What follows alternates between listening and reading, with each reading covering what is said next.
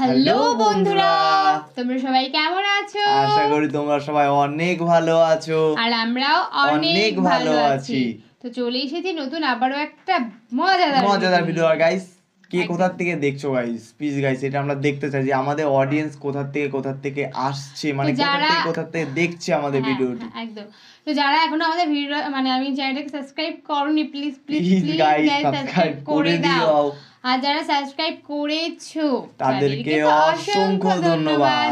R please guys আমাদের এই চ্যানেলটাকে যাতে মানে 10k ফলোয়ার হয়ে যায় তাদেরকে একটু দেখো প্লিজ। আমরা অনেক করে চাইছি আমাদের চ্যানেলটা যাতে 10k হয়ে যায় গাইস। আর আমরা নতুন আরো একটা মানে চ্যানেল ওপেন করেছি, তো সেটা গাইস অবশ্যই লিংকটা দেয়া থাকবে, অবশ্যই ডেসক্রিপশনে দেয়া থাকবে, সেটা প্লিজ গাইস তোমরা চেক আউট করে নাও। আর গাইস ওই মানে সেকেন্ড আমাদের চ্যানেল যেটা হয়েছে গাইস, তোমাদের মন মতো, তোমাদের গাইস পুরো মনের মতন চ্যানেল হয়েছে গাইস। আর চ্যানেলের নামটি দাও গাইস, আমি একবার বলে দিচ্ছি, চ্যানেলের নাম হলো সত্যজিৎ রিঅ্যাকশন 11। তো প্লিজ গাইস ওখানে যে তোমরা সাপোর্ট করো গাইস, তোমরা যদি সাপোর্ট না করো গাইস আমরা কিছুই না। আর গাইস একমাত্র কারণটা বলার কারণটা হলো গাইস, ওটা তোমাদের আমাদের কমেন্টে মানে তোমরা কমেন্টে যেরকম বলছে এই ধরনের ভিডিও রাইট, তোমাদের মানে মন পছন্দের মতন ভিডিও গাইস টোটালি ওখানে আছে। তোমরা যদি জাস্ট একবার ওয়াচিং করো গাইস, ওয়াচিং করলে বুঝতে পারবে, তোমরা সাবস্ক্রাইব করতে তোমরা বাধ্য হবে। কারণ গাইস ভিডিও মানে কি বলবো গাইস, আমার মুখ দিয়ে আমি বলতে পারছি না, মানে আমার মাইন্ডে আসছে না যে কি বলবো গাইস।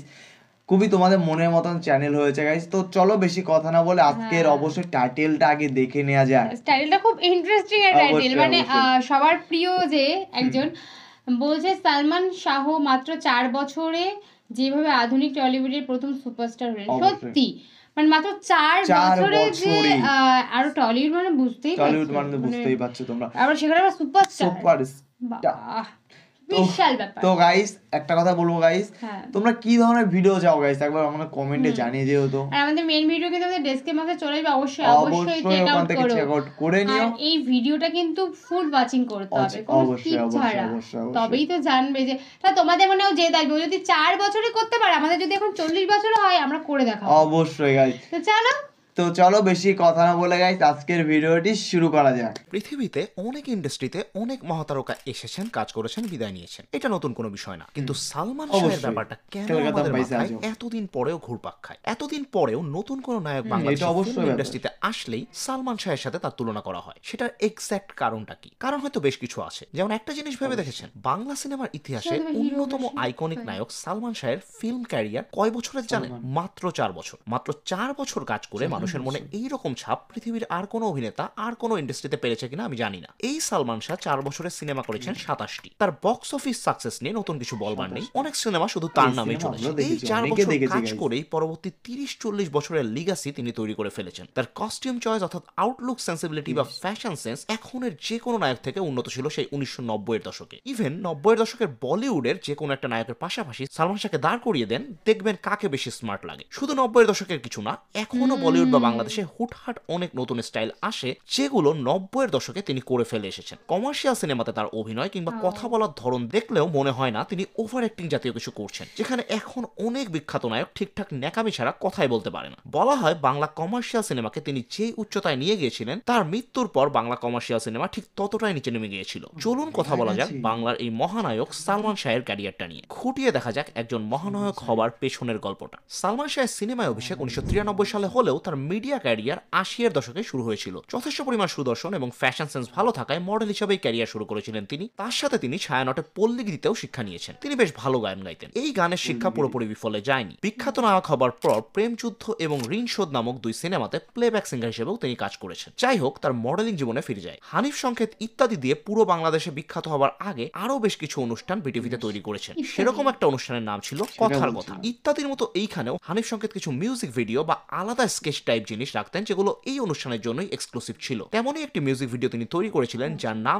নামটি ছিল তার অপূর্ব। হানিফ সংকেতের সহজাত স্টাইল যেটা ছিল যে বিনোদনের সাথে সোশ্যাল মেসেজ কম্বাইন করে দিতেন সব সময়। এই গানটাও হানিফ সংকেত নিজেই গেয়েছিলেন। মিউজিক ভিডিওর মূল বক্তব্য ছিল একজন হাসি খুশি ধরনের ছেলে কিভাবে নেশার জগতে পড়ে ধ্বংসের পথে পা দিয়ে দেয়। এই গানের মেইন ক্যারেক্টারে অভিনয় করেছিলেন সালমান শাহ। তবে তখনও তিনি সালমান শাহ নাম দিয়ে কাজ শুরু করেননি। তার অফিসিয়াল নাম চৌধুরী মোহাম্মদ শাহরিয়ার ইমন থেকে শুধু ইমন নামটা ব্যবহার করতেন তিনি মিডিয়াতে। এই মিউজিক ভিডিওটা বের হওয়ার হওয়ার পর মানুষজন সালমান শাহকে ভালো রকম পছন্দই করেছিল, কিন্তু এরপর তিনি কোনো কারণে টিভিতে নিয়মিত হতে পারেননি বা চাননি। হয়তো সিনেমার দিকে মনোযোগ ছিল কিংবা মডেলিং এ ব্যস্ত হয়ে পড়েছিলেন। ধীরে ধীরে মানুষ ভুলে গেল এই মিউজিক ভিডিওর ইমনের কথা। তার বেশ কয়েক বছর পর 1989 সালে পাথর সময় নামক একটি নাটকে ছোট চরিত্রে অভিনয় করেছিলেন তিনি। তখন তিনি মোটামুটি কয়েকটি বিজ্ঞাপনে অভিনয় করেছিলেন, তবে ওইভাবে ব্রেকআউট সাকসেস যেটাকে বলে সেটা দেখা তখনও তিনি পাননি। তার প্রথম ব্রেকআউট সাকসেস আসে তার প্রথম সিনেমা দিয়েই। প্রথম সিনেমাতে কাজ করার গল্পটাও ইন্টারেস্টিং, সেটা একটু ঘটা করে বলা যায়। 1988 সালে বলিউডে একটি সিনেমা মুক্তি পায় যার নাম কেয়ামত সে কেয়ামত্তা। সেই সিনেমাতে অভিনয় করে রাতারাতি তারকা হয়ে গেলেন আমির খান। বলিউড পেয়ে গেল এক বিশাল তারকা। এই সিনেমাটার বিশাল জনপ্রিয়তা দেখে দুইটা আলাদা আলাদা ইন্ডাস্ট্রি সিদ্ধান্ত নেয় সিনেমাটির রিমেক করবার। দুইটাই অফিসিয়াল রিমেক ছিল, তাই গান এবং কাহিনী সবকিছুরই কপিরাইট নিয়ে রিমেক করা হয়েছিল। দুইটা ইন্ডাস্ট্রির একটা হলো তেলেগু ইন্ডাস্ট্রি। তেলেগুতে সিনেমাটির নাম ছিল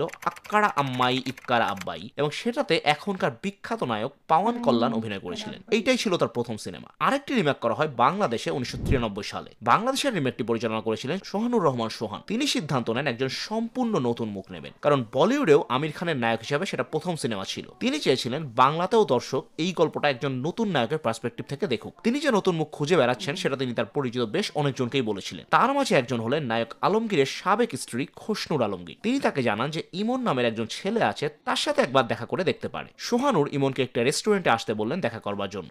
সেখানেই প্রথম দর্শনে তিনি ঠিক করে ফেলেছিলেন এই ছেলেকেই তিনি এই সিনেমার নায়ক বানাবেন। এই সিনেমার সময়ে তার নাম ইমন বদলে সালমান শাহ রাখা হয়। তারপর আর কি, কিয়ামত থেকে কিয়ামত মুক্তি পায় আর আমির খানের মতো সালমান শাহ একদম রাতারাতি তারকা বনে যান। আপনি আর আমার বাবা যা খুশি করতে পারেন, অরিজিনাল নাম ইমন, কিন্তু আমার আর রেশমির পথে কাটা হতে পারবেন না, কিছুতেই না।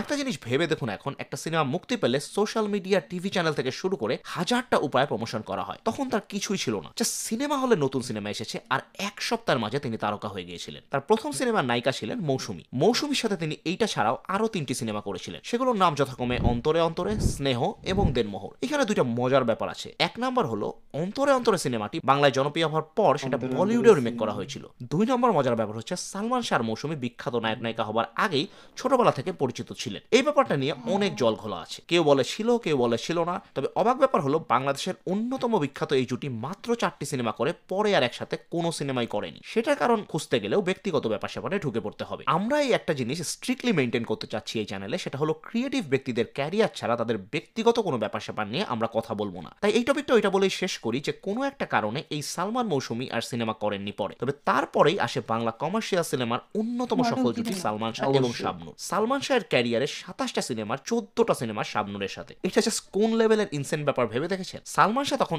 একের পর এক সিনেমাতে অভিনয় করে যাচ্ছিলেন। তখন এখনকার মতো এত কম শিফটে কাজ হতো না। 8 ঘন্টা শিফট এমনও হয়েছে একদিনে টানা 3 শিফটেও কাজ করেছেন লোকজন। 3 সিনেমা 3টা শুট একদিনে আলাদা আলাদা টাইমে হয়েছে, এমন ঘটনা তখন ছিল খুব অহরহ। সেই রকম ব্যস্ততার মাঝেই সালমান শাহ ক্যারিয়ারে 4 বছরে অভিনয় করে ফেলেছিলেন প্রায় 27টি সিনেমাতে। তার ক্যারিয়ারের চতুর্থ বয়সে ঘটে বসে এই ঘটনাটি। 1996 সালের শেষের দিকের কথা। সালমান শাহ নায়ক হিসেবে এমন একটি উচ্চতায় পৌঁছেছেন যেখানে এর আগে হাতে গোনা কয়েকজন নায়ক পৌঁছেছেন।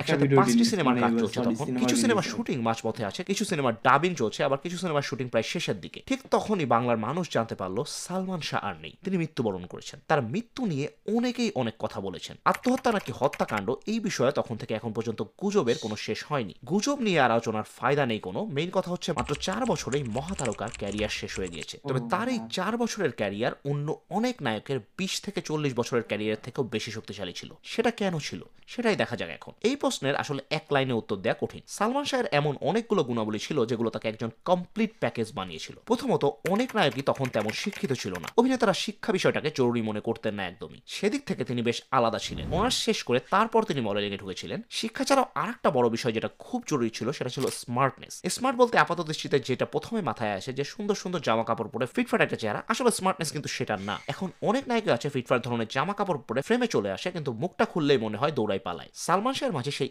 ইনার স্মার্টনেস ছিল। তিনি একদম সেই বিউটি উইথ ব্রেন যেটাকে বলে। তিনি সিনেমাতে আসার আগেই ব্যাপক সিনেমা ফ্রিক ছিলেন। প্রচুর পরিমাণে ইন্টারন্যাশনাল সিনেমা তিনি দেখেছেন সেই 70-80 দশকেই। তাছাড়াও তখনকার আন্তর্জাতিক মিডিয়াতে ফ্যাশনের ধরন কি ছিল সেটা তিনি ভালো রকমই খোঁজ খবর রাখতেন। আপনারা এক কাজ করুন, তখনকার সময় যেসব বিখ্যাত নায়ক ছিলেন যেমন ওমর সানি, রিয়াজ কিংবা আমির খান, তাদের ড্রেস আপ সেন্সটা দেখেন আর সালমান শাহেরটা দেখেন। Salman Shah just way ahead of time ছিলেন। তিনি 1990 সালে 2024-এর অনেক নায়কদের থেকে ভালো ভালো আউটলুক ব্যবহার করেছেন। শুধু তাই না, তার মাঝে আরেকটা গুণ ছিল যেটা আমি বলিউডের অনেক নায়কের মাঝেও দেখিনি প্রথম দিকে। সেটা হলো কমার্শিয়াল অভিনয়ের সঠিক মাত্রাটা ধরা। কমার্শিয়াল অভিনয় হলেই বেশিরভাগ অভিনেতা মনে করেন নর্মাল মাত্রা থেকে অনেক উপরে অভিনয় করতে হবে, সেখানে স্বাভাবিক কোল্ড অভিনয় করলে হবে না। সালমান শাহ সেটাকে পুরোপুরি ভুল প্রমাণিত করে ফুল কমার্শিয়াল সিনেমাতে কাজ করেছেন। তার অভিনয়ে সেই অতিরিক্ত মেকি ফ্লেভারটা একদমই ছিল না। আপনি কি এই দোকানের মালিক? মালিক বলুন, কর্মচারী বলুন, এই মুহূর্তে আমি সব। বলুন আপনার জন্য কি করতে পারি?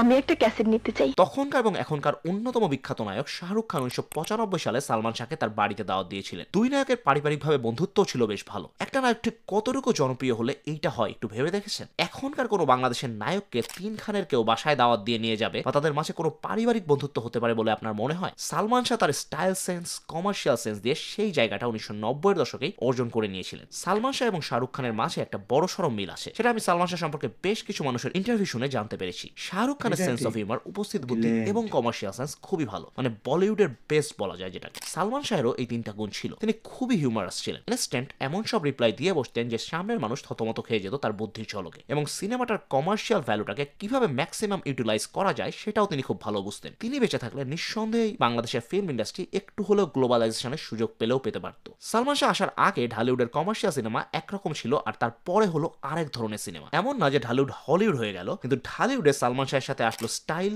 ভালো গান এবং মার্জিত অভিনয়। এইটার প্রভাব কিন্তু শুধু সিনেমাতেই না, সেটা আরো অনেক বিস্তৃত। ব্যাপারটা বুঝিয়ে বলি। তখনকার গণমানুষের জন্য ভিজুয়াল বিনোদনের মাধ্যম ছিল মাত্র 2টা, নাটক আর সিনেমা। এইখানে তারা যেই ধরনের সংলাপ শুনে, যে ধরনের কাজকর্ম করতে দেখে কিংবা যেই ধরনের পোশাক দেখে, গণমানুষ সেটাই অনুকরণ করার চেষ্টা করে। সালমান শাহের এই ইন্ডাস্ট্রিতে পা রাখার কারণে বলতে পারেন পুরো আপামর জনতাই স্টাইলের দিক থেকে কয়েক যুগ এগিয়ে গিয়েছিল। তারা কন্টেম্পোরারি ইন্টারন্যাশনাল স্টাইল সম্পর্কে আইডিয়া পেয়েছিল সালমান শাহের কাছ থেকে। মার্জিত কিন্তু অতিশয় কুল চালচলন শিখেছে সালমান শাহের কাছ থেকে তারা। এটা বেশ গুরুত্বপূর্ণ একটা বিষয়। একটা কথা খুবই সত্যি একটা জিনিস, সেটা হলো সালমান শাহ যেমন ঢালিউডকে 20 বছর সামনে ঠেলে দিয়েছিলেন, সালমান শাহ মারা যাওয়ার পর সেটা 20 বছর পেছনেও চলে গিয়েছিল। তার মৃত্যুর পর ঢালিউড এসেছিল এক ভয়ানক কালো অধ্যায়। সেই ভয়ানক অধ্যায়ের কথাও বলা যাবে ভবিষ্যতের কোনো এক ভিডিওতে। বিস্তারিত কথা হবে কিভাবে ধ্বংসের ঠিক শেষ সীমানায় চলে গিয়েছিল বাংলাদেশের কমার্শিয়াল সিনেমা, সেটা নিয়ে। আজকের ভিডিও এই পর্যন্তই। যদি ভিডিওটি আপনাদের ভালো লেগে থাকে তাহলে প্লিজ এতে লাইক দিন এবং সাবস্ক্রাইব করুন আমাদের চ্যানেল। সবাই ভালো থাকুন, সুস্থ থাকুন। Until next time, tata. তো বন্ধুরা, তোমরা তো ভিডিওটি দেখলে। ভাই অমাইক ভাই, যে শাহরুখ খানের মতন লোকের বাড়িতে যেতে পারে, আর দেখলে তো আজকালে মেগা সুপারস্টাররাও যেতে পারে না, সে 90 দশকেই মানে পুরো হলিউড কাঁপিয়ে দিয়েছে। সমস্ত দিক থেকে এগিয়েছিল, স্টাইল বলো, তারপরে তোমার ওই অভিনয়, গান, সমস্ত দিক থেকে এগিয়েছিল।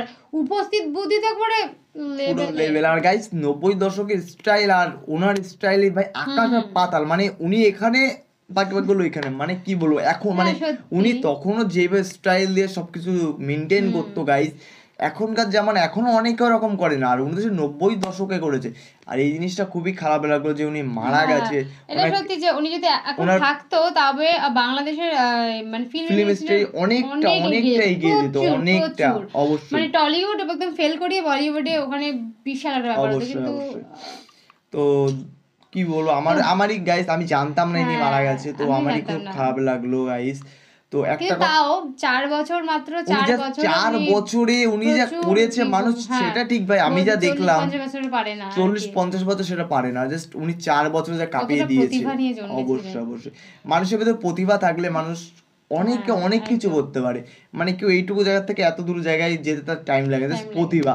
তুমি তোমার প্রতিভাটা বের করো, তাহলে দেখবে সবই ইম্পসিবলকে সম্ভব, মানে সবই পসিবল হয়ে যাবে, কোনটা ইম্পসিবল হবে না। তো ভিডিওটা কেমন লাগলো অবশ্যই কমেন্ট সেকশনে জানাও গাইস। আর তোমরা ঠিক কেমন ভিডিও চাইছো সেটাও আমাদের কমেন্ট সেকশনে জানাও, কারণ আমরা কেমন ভিডিও করতেই আগ্রহী হব। অবশ্যই গাইস, প্লিজ গাইস তোমরা আমাদেরকে সাপোর্ট করো গাইস। তোমরা যদি আমাদেরকে সাপোর্ট না করো গাইস, তাহলে আমরা গাইস কিচ্ছুই না। তো একটা কথাই বলবো গাইস, প্লিজ আমাদেরকে সাপোর্ট করো। তোমরা আমাদের পাশে থাকলে আমরা তোমাদের পাশে আছি। আর তোমরা কি ধরনের ভিডিও দেখতে চাও গাইস, সেটা অবশ্যই আমাদের কমেন্টে জানিও। আর যদি আমাদের ভিডিও ভালো লাগে তবে একটা লাইক, একটা কমেন্ট, একটা শেয়ার অবশ্যই করো। তো চলো বেশি কথা না বলে আজকের মতন এখানে, আবার নেক্সট একটা ফ্রেশ একটা ভিডিওতে তোমাদের সাথে দেখা হবে। তো আজকের মতন এখানে টাটা।